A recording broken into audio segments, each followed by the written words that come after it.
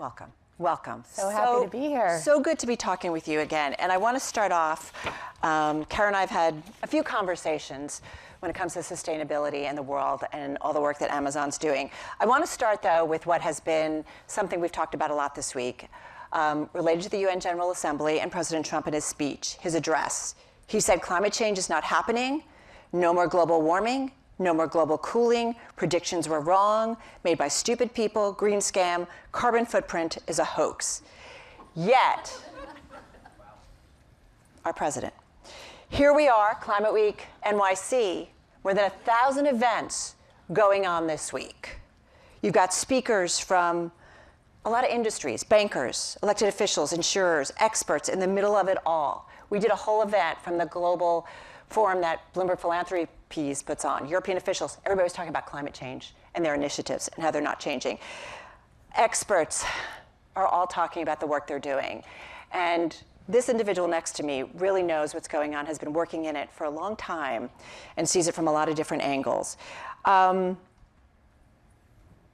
in a company that touches so much of our world. What's the truth? What's the reality when it comes to climate change and what's going on?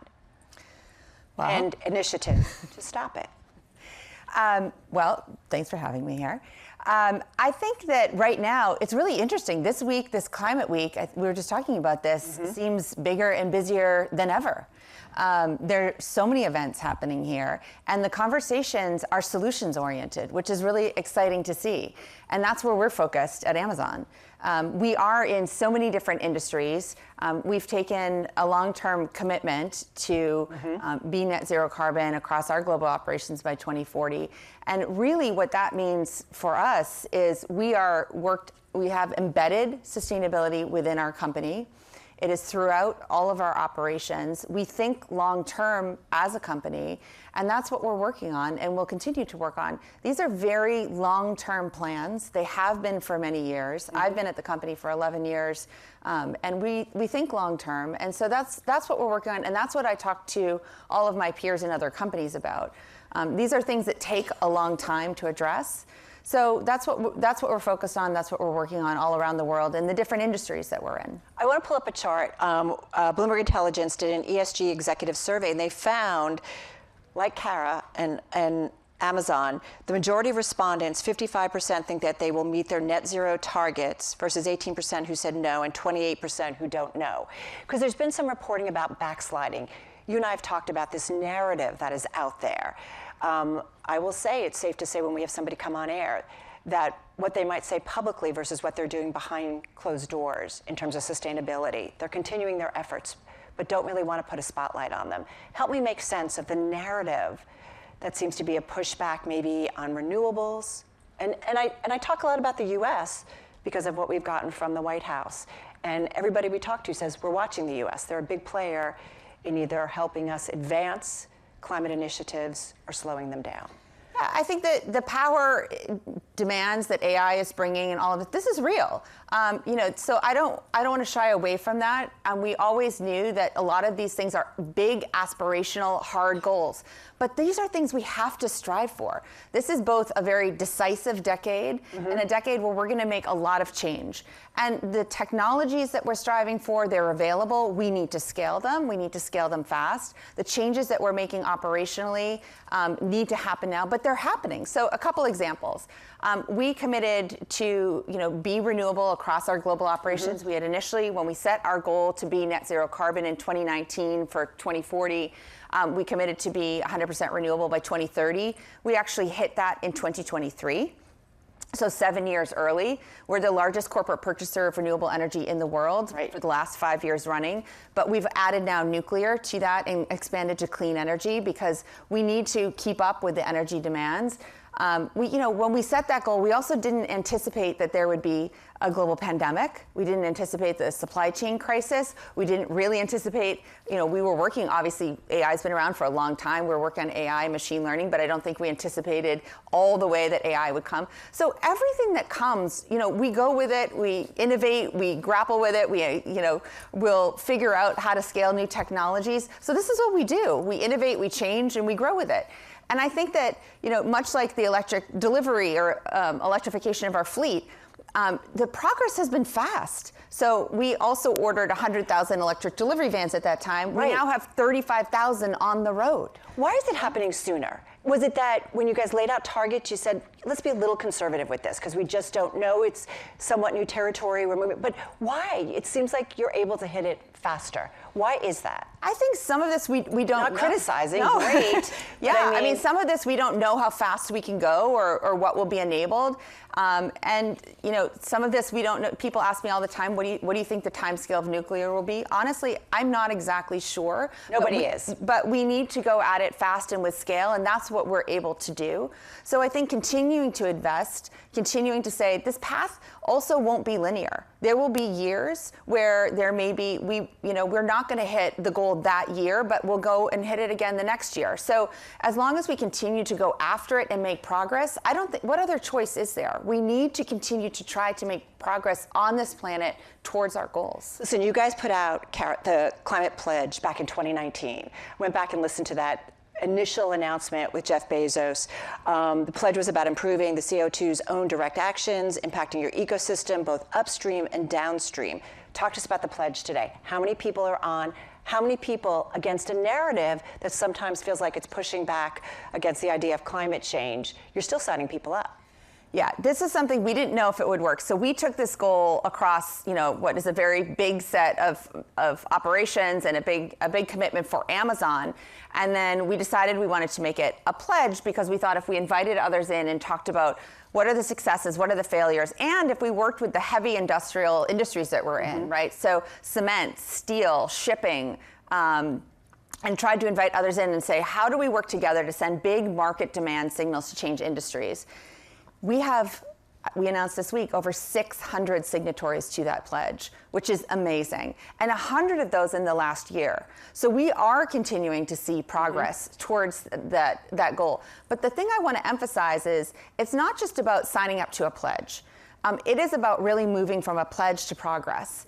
And so we have 21 joint action projects that are about working together to decarbonize operations. That's where the action is. So these are things like a project called Lane Shift, where we work in India and in Latin America on middle mile decarbonization for heavy duty electric trucks and building electrification infrastructure in those places where they need to leapfrog and get to that electrification infrastructure, working with C40 and mayors of those cities. We have projects working on innovative materials, and so thinking about how do we change textiles, how do we get after that. We have all kinds of different projects, regenerative agriculture, where we come together and we say this is something we need to tackle as an industry, working on ports with the Zero Emission Maritime Buyers Alliance. And these are really exciting things we can do together as industry. Downstream, upstream, you're seeing the improvements, the advancements, the spreading of information.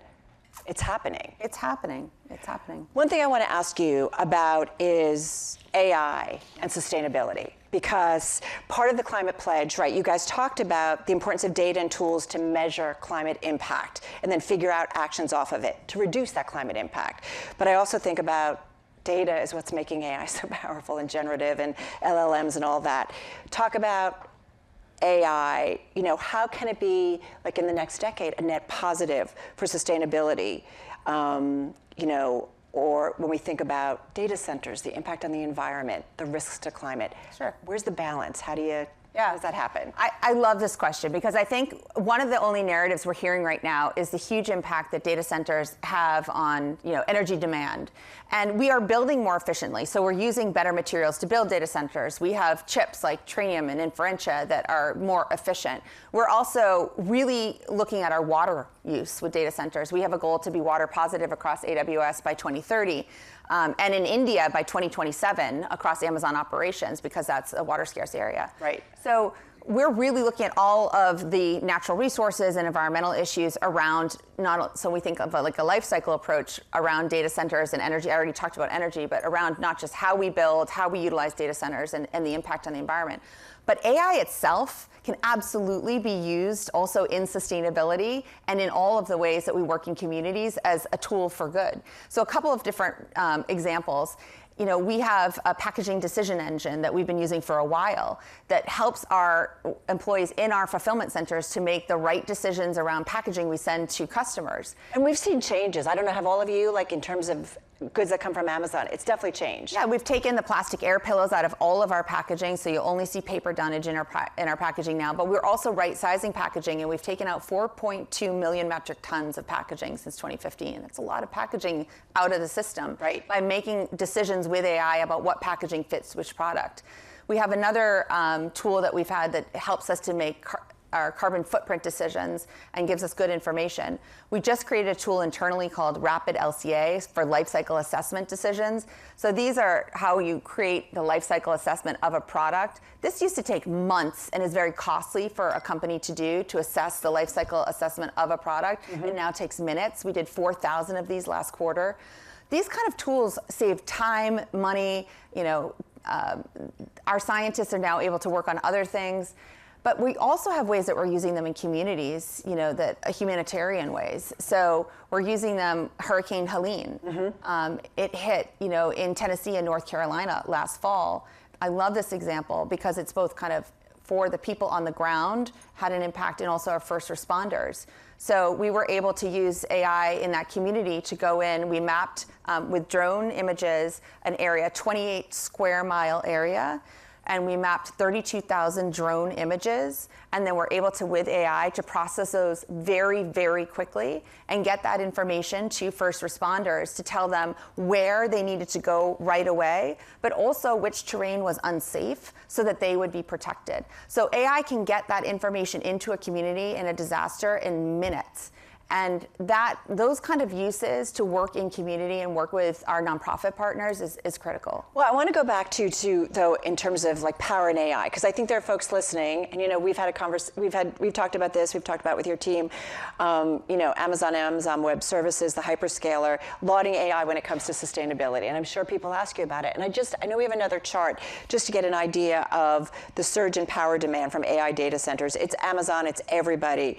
Power demand from AI data centers, and I think we have the chart, is expected to quadruple in 10 years. So do you feel confident enough that in that next decade, as we scale up, Kara, that we'll see AI as that net positive for sustainability, or will it kind of the energy appetite risk potentially outweigh the climate gains? I think we'll have to see, but we're working incredibly hard to kind of pull those curves together. And I think a lot of this demand, there's a little bit of double counting in some of this too, because we see the counting of the demand from us, from some of the other hyperscalers, and then we also see the demand from the folks who are trying to sell into us as well. Right. So we've talked a lot about that actually in the industry.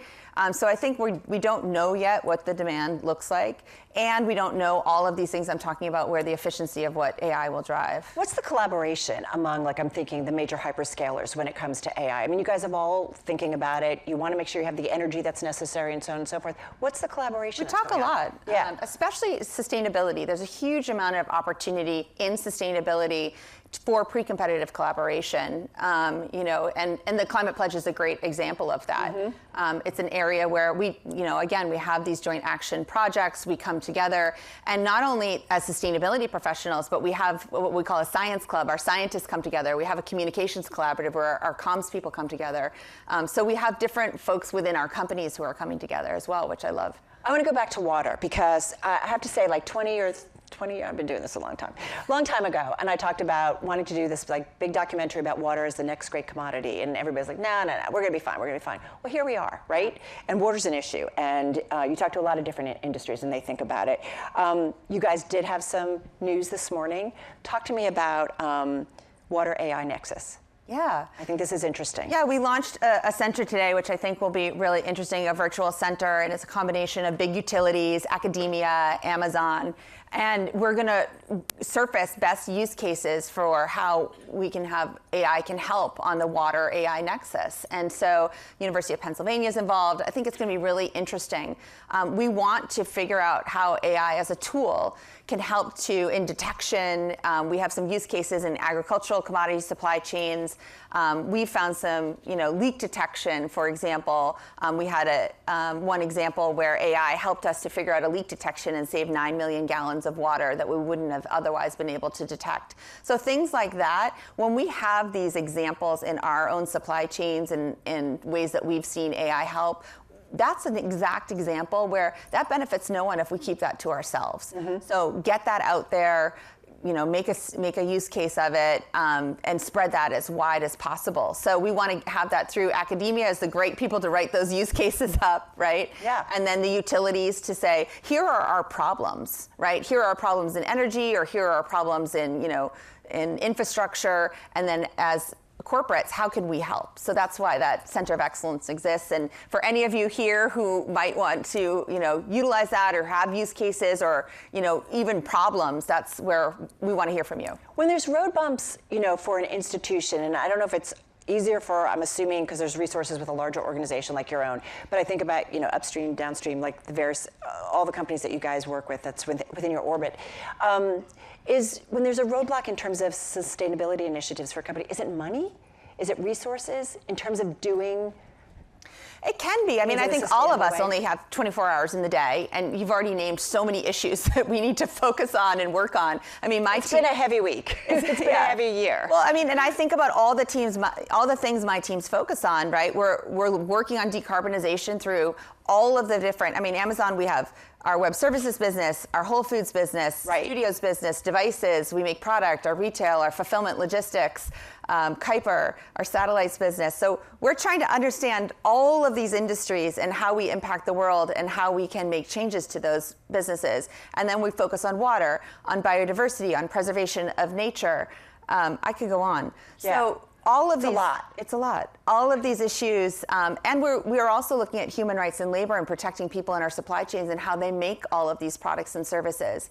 And we're focused on trafficking initiatives and all kinds of things. So we are really focusing on a wide array of initiatives, and then we're looking at new technologies and innovation and how we bring those in and invent, and then focus on the customer and how we communicate to them and involve them and invent on their behalf because we're customer obsessed. Right. So yes, there's a resource issue there, even though we're big, and I am very lucky to have incredibly talented people and a huge team that can focus on this.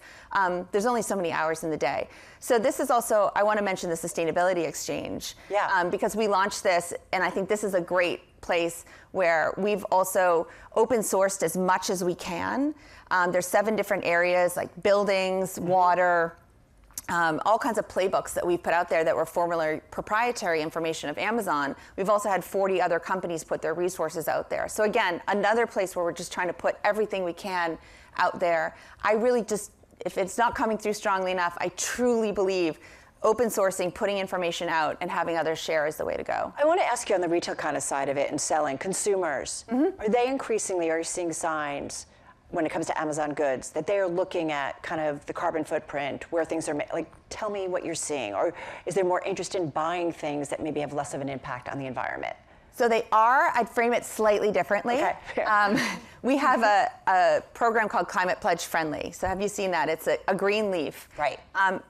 Being customer obsessed and the company that invented the one-click, we want to make it super easy for our customers. So we did years and years of scientific research around external certifications and standards. And there are many, many eco labels out there. I think there's something like over 800. We took it down to 20 and launched with those a number of years ago, and now we're up to about 50 that we think meet an incredibly high scientific bar. And so what the customer sees is a green leaf. What's behind that is years of scientific research that has been vetted by academia and European Commission and lots of different really high bar, credible institutions. But again, for the customer, they don't care about the carbon footprint so much or that detail. Some do, and if they want to, it's all there for them and they can deep dive it and go into it. But the majority of folks just want the simplification and to know that someone else has done the work, but they are buying. And what we're seeing, Harvard Business Review just did a study on this. So again, another group, not us, but what we're seeing is there is a 12% lift in gross merchandise sales for those products that have the green leaf. So they're buying more. And that number is even higher in Europe. and it's higher for certain brands, and these are the best sellers for those brands. So it's really interesting where we didn't know if customers are buying more sustainable products. They are. I want to go back to AI and sustainability, friend or foe, and we did a survey. First of all, I want to ask everybody in the room, we've heard Kara talk about kind of what they're doing what you are doing at Amazon when it comes to AI and how it's helping sustainability. Show of hands, AI, friend or foe, friend, when it comes to sustainability. Who thinks it will be helpful? Okay, who thinks it's not going to be? It's going to be more of a foe.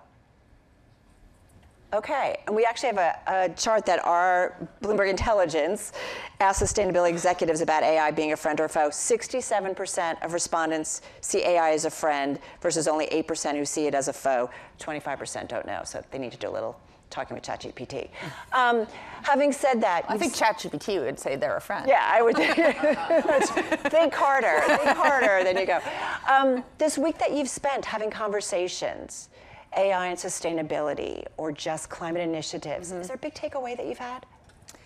I've actually been surprised at how many rooms I've been in where I've had to raise AI. Interesting. Yeah, because in every meeting I'm in at Amazon, this is what we talk about. And I have been surprised. I've been surprised, and I think it's what you as journalists are all talking about. We are. But I've been surprised at how many sustainability meetings don't start there. So this. When you bring it up, or do you? I've been bringing it. I've been bringing it up. I think those of us in tech, it's a natural kind of. It's in our DNA. But I think for many companies, especially maybe for also some of my sustainability colleagues, they're not sure how it interacts with our world yet. And so I think that's been interesting, and that's also why I'm really passionate about things like the, Center for AI Excellence in Water, and there's going to be initiatives that we need to lead with for those of us who have the tech teams and have we're inventing a lot, with Nova and with things that Amazon is creating.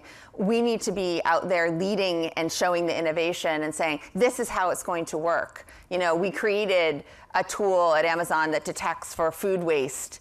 Food that's about to go bad. This is in our India teams, in our fresh business, that then can get that food to people right away and donate it before it goes bad. So these are not only things that are going to benefit us, but anyone who has a food business or anyone who works with a food bank. So these are things that can benefit humanity.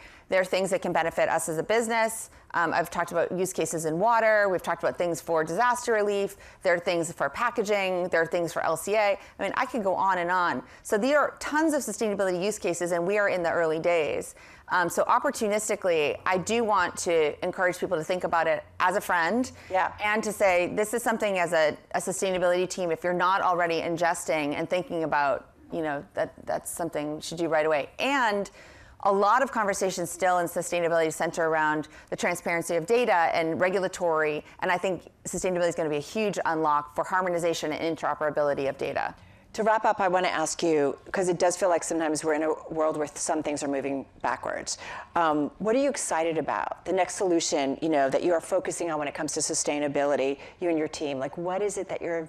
I am really excited about some of what we're doing in water. I think that issue is rising in importance around the world, and there's so much that we can do on water replenishment projects and working in community and learning there and with AI. So that's one area. And preservation of nature, I think will be a big theme at the COP this year. And so a lot of what we're doing there and sharing solutions. Anything has changed in the last year in your view about what's going on in terms of what you're able to do and get done? We're full steam. Beyond that, there's not enough hours in a day. Yeah, no, we're full steam ahead, and I think it's just I'm really excited about actually how we've been able to operationalize it at Amazon, and how the teams, have really ingested it and made it part of their business planning. So it's been great to see. All right, we're going to leave it on that. Kara, thank you so much. Thank you, everybody. Thank you,